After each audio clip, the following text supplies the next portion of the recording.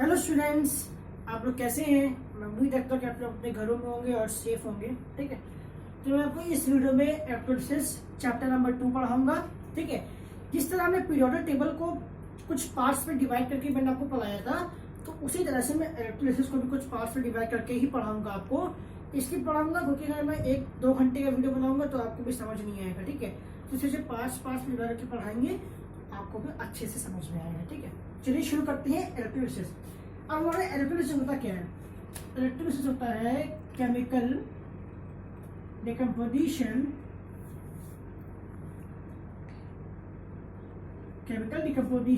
Of electrolyte by using direct current.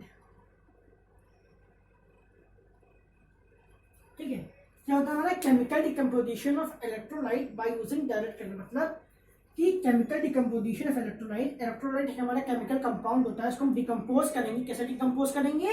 Bye using direct current. ठीक है, एक chemical decomposition मतलब कि टूटना। ठीक है, बिखर टूटना।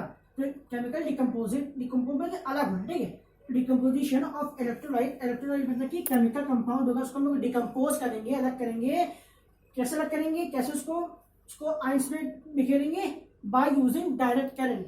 Chemical decomposition of electrolyte by using direct current. Direct current क्यों लिया? क्योंकि डायरेक्ट करंट क्या होता है, हमारा डायरेक्शन अपना चेंज नहीं करता। ठीक है, क्योंकि हमें हमें ऐसा करंट चाहिए जिसका डायरेक्शन चेंज ना हो।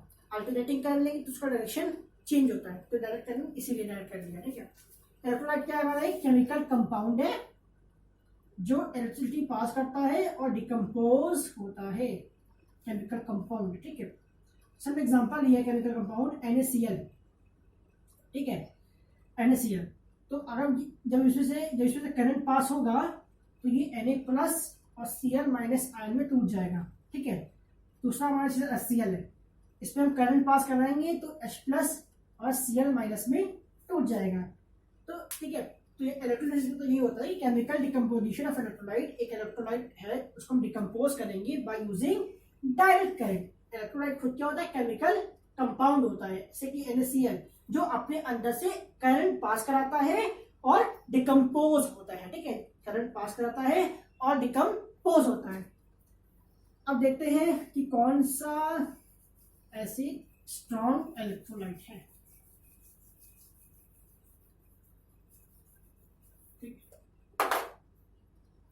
जो हमारा स्ट्रॉन्ग एसिड होता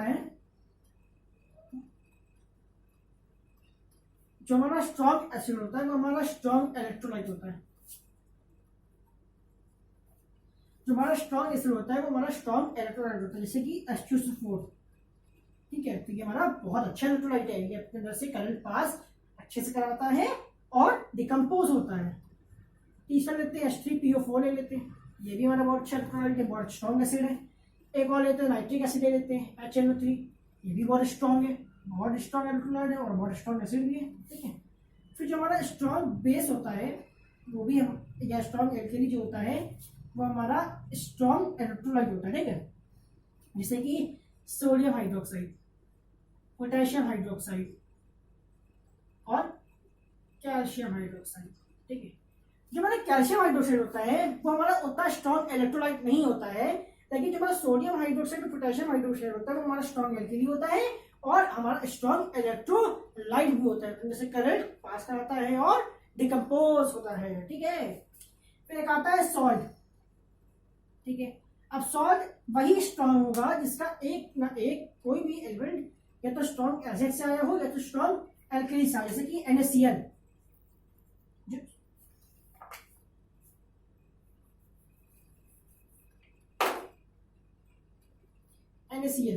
ठीक है, NaCl जो हमारा होता है ये बहुत स्ट्रॉन्ग सॉल्ट होता है, क्योंकि इसका जो Cl है कहां से आया है? तो ये जो सॉल्ट है हमारा ये NaCl है, तो इसका एक ना एक एलिमेंट जो होगा वो हमारा या तो स्ट्रॉन्ग एसिड से आएगा या तो स्ट्रॉन्ग एल्केली। सोडियम यहाँ से आया, तो ये स्ट्रॉन्ग सॉल्ट है, क्योंकि इसका एक ना एक एलिमेंट तो या तो स्ट्रॉन्ग एसिड से आएगा या तो स्ट्रॉन्ग एल्केली से आएगा। अब दोनों से कोई एक भी एलिमेंट यहाँ पे आएगा तो ये अच्छा इलेक्ट्रोलाइट बन जाएगा।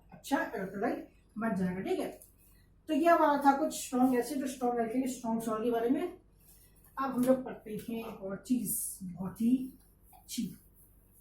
भाई मैंने भी कहा कि जो इलेक्ट्रोलाइट है ये तो करंट पास कराता है, और करंट कौन पास कराता है?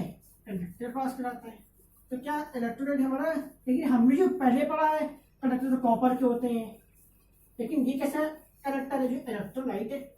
ये तुमने पहली बार नाम सुना है। ये भी कंडक्टर है, और कंडक्टर को हम सॉलिड स्टेट में पढ़ते हैं हमेशा वायर्स को। हाँ भाई ये वायर अच्छा है, इसमें करंट पास होता है, लेकिन ये कैसा कंडक्टर इलेक्ट्रोलाइट, तो ये देखते हैं।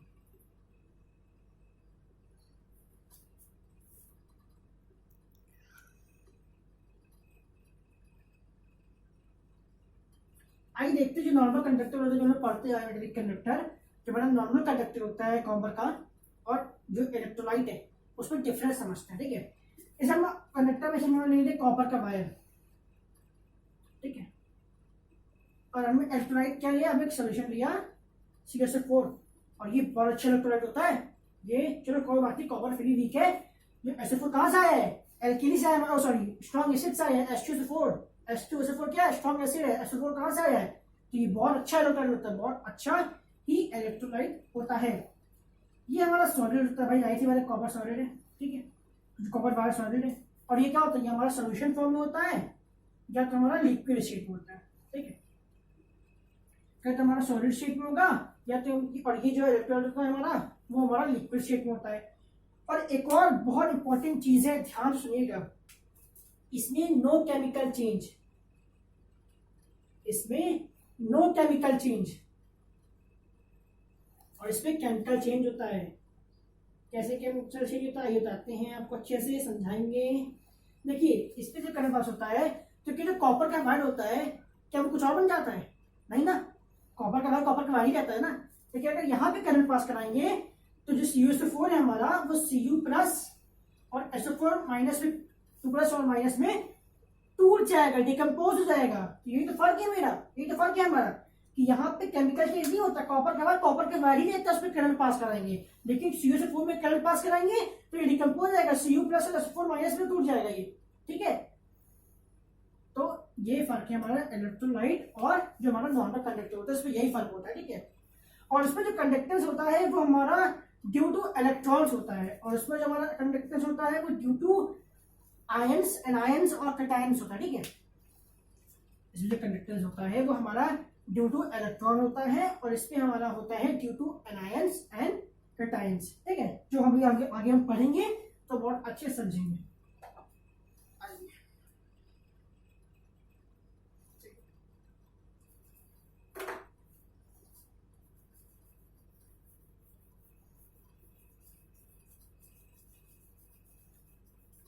अब एक और अच्छी बहुत इंपॉर्टेंट चीज पढ़ते हैं, ये इलेक्ट्रोलिसिस बहुत इजी चैप्टर है, बहुत इंटरेस्टिंग चैप्टर है, मेरा फेवरेट चैप्टर था इलेक्ट्रोलिसिस, और आपका भी होगा या हो जाएगा, क्योंकि ये बहुत इजी चैप्टर होता है और बहुत मजा भी आती है इसको पढ़ने से,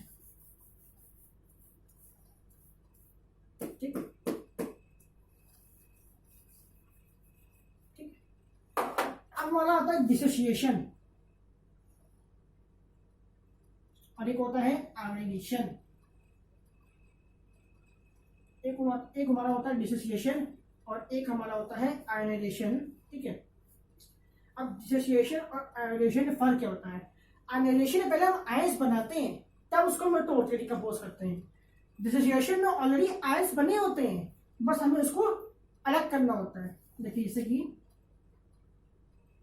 NaCl है, ठीक है, और जो हमारा इलेक्ट्रोलाइट होता है या तो वो एक्वस में होता है या तो वो मोल्टन में होता है।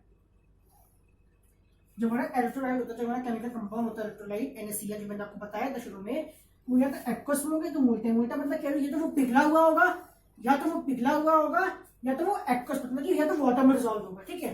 वो मैं बताना भूल गया था कि इलेक्ट्रोलाइट जो हमारा होता है केमिकल कंपाउंड जो होता है, या तो हमारा मोल्टन में होता है या तो वो हमारा एक्वस में होता है। मोल्टन मतलब कि पिघला हुआ, पिघाल जाएगी, हीट दिया तो पिघल गया, या तो हमारा वो एक्वस में हो गया, या तो फिर वाटर में होगा, ठीक है। एक्वस में हम वाटर बोलते हैं और ये मोल्टन मतलब कि पिघला हुआ, ठीक है। हाँ, तो आइए बात करें डिसोसिएशन और आयनाइजेशन। डिसोसिएशन में पहले हम आयंस बना होता है ऑलरेडी, इसमें आयंस प्लस माइनस आयन, देखिए डिसोसिएशन में NaCl है तो NaCl में आयंस है, प्लस आयन माइनस आयन है, लेकिन इतना फोर्स है यार, ये इलेक्ट्रोस्टैटिक फोर्स ऑफ अट्रैक्शन से बंधा हुआ है, मतलब कि इसके बीच में काफी फोर्स है। तो ये जो आयंस तो है हमारे प्रेजेंट, लेकिन जो आयंस है वो हमारे फ्री नहीं है, फ्री नहीं है तो फिर या तो फिर मोबाइल, मतलब कि ये जो आयंस प्रेजेंट तो है लेकिन फ्री नहीं है इसमें, तो कैसे फ्री करेंगे, या तो हम इसको हीट कर देंगे भाई, अगर हम इसको हीट करेंगे तो इसके जो आयंस होंगे, अगर हम इसको हीट करेंगे या तो इसको मोल्टन शेप बनाना है तो या तो क्योंकि भाई मोल्टन शेप में रहेगा या एक्वस में रहेगा तभी वो डिकम्पोज होगा, तभी वो आयंस बिखरेगा। अगर वो सॉलिड शेप में होगा तो वो आयंस में नहीं बिखरेगा, नहीं डिकम्पोज होगा। तो अगर हम उसको हीट करेंगे तो उसके आयंस क्या होंगे, बिखर जाएंगे, तो Na+Cl- क्या होंगे, फ्री आयंस हो जाएंगे। या फिर क्या करें, इसका एक्वस में कर दे, एक्वस वाटर में क्या होगा, जो वाटर होता है हमारा इनके बीच के बॉन्ड को तोड़ता है, वाटर के अंदर जो बॉन्ड आता है वो उसको वीक करता है, इसलिए हम वाटर को डाइलेक्ट्रिक कांस्टेंट बोलते हैं। Water is a because of dielectric constant. तो ये क्या होता है कि बीच के बॉन्ड को तोड़ता है, बीच के बॉन्ड को तोड़ता है, तो Na+ और Cl- में डिकम्पोज हो जाएगा। तो इसीलिए क्या होता है, इसमें आयंस भी प्रेजेंट थे लेकिन फ्री नहीं थे, तो हमने क्या किया, तो हमने इसको हीट किया तो इसके आयंस बिखर गए, मोल्टन में आ गए, जब तो फिर हमने इसको एक्वस में डिसॉल्व कराया तो वाटर ने इनके बीच के बॉन्ड को तोड़ दिया। अब जो हमारा आयोनाइजेशन होता है, आयोनाइजेशन में पहले हम आयन बनाते हैं फिर डिकम्पोज करते हैं, जैसे हमारा HCl है, तो जो हमारा HCl है वो हमारा फ्री आयन नहीं है, HCl में अभी आयंस नहीं है ना ना ना ना, HCl जो हमारा होता है वो हमारा, इसमें आयन प्रेजेंट नहीं होते, पहले इसमें हमको आयंस बनाने पड़ते हैं। कैसे बनाते हैं भाई, वाटर डालेंगे तो ये H+ और Cl- में टूट जाएगा। अब आप कहोगे सर यहाँ भी तो यही किया है कि यहाँ पे भी वाटर डाल दिया तो Na+Cl- टूट गया, यहाँ भी वाटर डाल दिया तो H+ Cl- छूट गया, नहीं नहीं, यहाँ पे ना OH, क्योंकि जो OH होगा वो हमारे H को खींचेगा और H+ हमारा क्लोरीन को खींचेगा, जब इसको खींचेगा तब ये बनेगा क्लोरीन H+ Cl-। यहाँ पे वाटर जाएगा, पहले OH- आयन जो है वो हाइड्रोजन को खींचेगा, क्लोरीन जो है H+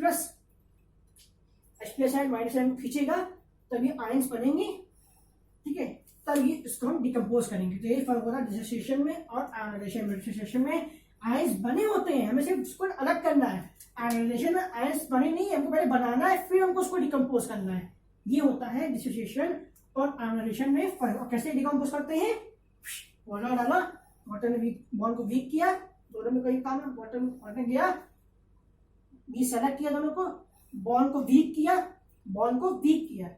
जो हमारा आयोनाइजेशन होता है वो हमारा कोवेलेंट बॉन्ड होता है, कोवेलेंट बॉन्ड होता है। जो हमारा HCl है वो हमारा कोवेलेंट बॉन्ड है, इसमें आयंस नहीं प्रेजेंट है। लेकिन जो हमारा डिसोसिएशन है ये हमारा होता है आयनिक बॉन्ड। क्या होता है हमारा, ये आयनिक बॉन्ड होता है, आयन प्रेजेंट होते हैं। कोवेलेंट बॉन्ड आयन प्रेजेंट नहीं, पहले आयन बनाएंगे फिर इसको तोड़ेंगे। तो ये हमारा डिसोसिएशन और आयोनाइजेशन।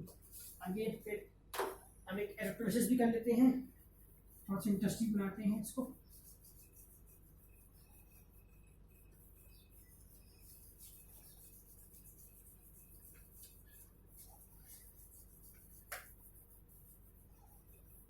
आइए हम इलेक्ट्रोलिसिस करते हैं, मोल्टेन शेड में रहेगा NaCl का इलेक्ट्रोलिसिस करते हैं। NaCl का जो मोल्टेन रहेगा मतलब पिघला हुआ रहेगा उसका इलेक्ट्रोलिसिस करते हैं। हमने यहाँ पे एक बनाया, ठीक है, तो इसमें हमने इसको NaCl डाला, इसमें मैंने क्या प्रेजेंट है, इसमें NaCl प्रेजेंट है, plus ion minus ion NaCl present है, ठीक है। इसमें हम 2 रॉड डाली, ठीक है, और इसको हीट किया, पिघला दिया, मोल्टेन शेड में कर दिया, ठीक है। अब ये इसको क्या बोलते हैं हम लोग, ये जो भाई ये जो डंडी बनी, ये रॉड बना, क्या है, इसे हम लोग बोलते हैं इलेक्ट्रोड। इलेक्ट्रोड किसे पड़ गया भाई, इलेक्ट्रोलिसिस यूज हो रहा है, रॉड है तो इलेक्ट्रोड पड़ गया। तो ये हमारा 2 रॉड है, ठीक है, एक हमारा कनेक्ट होगा नेगेटिव टर्मिनल से, एक हमारा कनेक्ट होगा पॉजिटिव टर्मिनल से, ठीक है। अब कि कौन सा कैथोड है कौन सा एनोड है ये समझते हैं। जिसमें क्या प्रेजेंट है हमारा, NaCl प्रेजेंट है, प्लस और माइनस आयन, ठीक है। एक मैंने जब क्लास 10 में ये चैप्टर पढ़ा तो मैंने एक ट्रिक समझी थी, एक ट्रिक पढ़ी थी कि इसको कैसे एनोड रखे, इसको कैसे याद रखे, कौन सा एनोड है कौन सा कैथोड है, मैंने एक ट्रिक समझी थी। जिस ट्रिक से मैंने पढ़ा था वही ट्रिक मैं आपको बताऊंगा, ठीक है। NCrPaO, NCr का मतलब क्या है, negative cathode reduction, positive anode oxidation. आइए समझते हैं। नेगेटिव मतलब कि नेगेटिव टर्मिनल है, कैथोड कैसे बन गया भाई, Na प्लस है तो Na प्लस कहाँ जाएगा, प्लस कहाँ जाएगा, प्लस कहाँ जाएगा, प्लस माइनस की तरफ जाएगा। प्लस को क्या बोलते हैं हम लोग, कैटायन बोलते हैं। तो कैटायन नेगेटिव तरफ जाएगा तो इसका नाम पड़ गया कैथोड। और यहाँ पर क्लोरीन माइनस आयन है, यहाँ पर क्लोरीन माइनस आयन, माइनस कहाँ जाएगा, प्लस की तरफ जाएगा। माइनस को क्या बोलते हैं, एनाइन बोलते हैं। तो प्लस की तरफ गया, क्या पड़ गया, एनोड पड़ गया। ठीक है, तो नेगेटिव कैथोड रिडक्शन मतलब कि negative cathode reduction, positive anode oxidation. हमारा नेगेटिव साइन यहाँ दिख जाए, एनसीआर लगा दो वहाँ पे, नेगेटिव भाई नेगेटिव है, याद आ गया, हाँ एनसीआर, सी से कैथोड हो गया। यहाँ पे नेगेटिव साइन रहेगा, वहाँ कैथोड रहेगा, रिडक्शन रहेगा। यहाँ पे पॉजिटिव टर्मिनल है, पॉजिटिव एनोड ऑक्सीडेशन। इसी तरह यही तरीका याद करने का, या फिर आपका जो भी मन याद कर ले, लेकिन मैंने ऐसे किया था तो मैं आपको वही टेक्निक बताऊंगा। NCR negative cathode reduction, power positive anode oxidation, negative cathode reduction, positive anode oxidation. ठीक है, अब भाई यहाँ पे इलेक्ट्रोलिसिस करते हैं, मेन बात करते हैं। ठीक है, जो हमारा सोडियम है प्लस आयन है, ठीक है, तो वो कहाँ जाएगा, कैथोड की तरफ जाएगा। देखिए इलेक्ट्रोलिसिस में जो ये Na+Cl- है, ये अपने आप को डिस्चार्ज करना चाहते हैं, ये अपने आप को चार्ज को हटाना चाहते हैं। तो Na+ जब यहाँ कैथोड की तरफ जाएगा तो ये प्लस चार्ज है, तो कैथोड क्या करेगा, कैथोड अपना एक इलेक्ट्रॉन किसको देगा, Na को देगा। Na क्या करेगा, एक इलेक्ट्रॉन गेन करके स्टेबल हो जाएगा, स्टेबल सॉरी की डिस्चार्ज देगा, चार्ज हट जाएगा। ठीक है, कैथोड जो है हमारा, जो सोडियम यहाँ पे आएगा भाई, प्लस है माइनस तरफ आएगा, तो यहाँ हमारा सोडियम आया, प्लस साइन इधर से सोडियम ने कहा भाई हमको एक इलेक्ट्रॉन दे दो, हम क्या होंगे, डिस्चार्ज हो जाएंगे। तो क्या होगा, Na+, ये एक इलेक्ट्रॉन लेगा। ठीक है, तो ये क्या होगा, स्टेबल हो जाएगा, स्टेबल कह रहे हैं, इसका चार्ज जो है इसका जो चार्ज होगा वो हट जाएगा, डिस्चार्ज हो जाएगा। ठीक है, इसमें सोडियम आ गया, एक इलेक्ट्रॉन लिया और डिस्चार्ज हो गया। यही काम एनोड में भी होगा, क्लोरीन माइनस भाई, जिसके पास माइनस चार्ज होता है तो उसके पास इलेक्ट्रॉन ज्यादा होते हैं ना, तो क्या करेगा, क्लोरीन क्या करेगा, क्लोरीन जाएगा, कहेगा यार हमको इलेक्ट्रॉन लूज करना है, हमको डिस्चार्ज होना है, क्या करेगा, जाएगा प्लस माइनस में जाएगा, एक इलेक्ट्रॉन लूज करेगा और डिस्चार्ज जाएगा। ठीक है, अब बात ये क्लोरीन जो है ना, हाँ एक और बताता है कि जितना इलेक्ट्रॉन यहाँ लूज होगा, जितना इलेक्ट्रॉन यहाँ गेन, जितना इलेक्ट्रॉन सोडियम गेन करेगा उतना ही इलेक्ट्रॉन क्लोरीन लूज करेगा। याद रखिएगा, जितना इलेक्ट्रॉन एक तरफ गेन होगा उतना ही इलेक्ट्रॉन दूसरी तरफ लूज होगा। अब हमने कभी भी जिंदगी में आज तक भी क्लोरीन को कभी अकेला नहीं देखा, तो क्लोरीन क्या होगा, Cl+Cl क्या बन जाएगा, Cl2 बन जाएगा।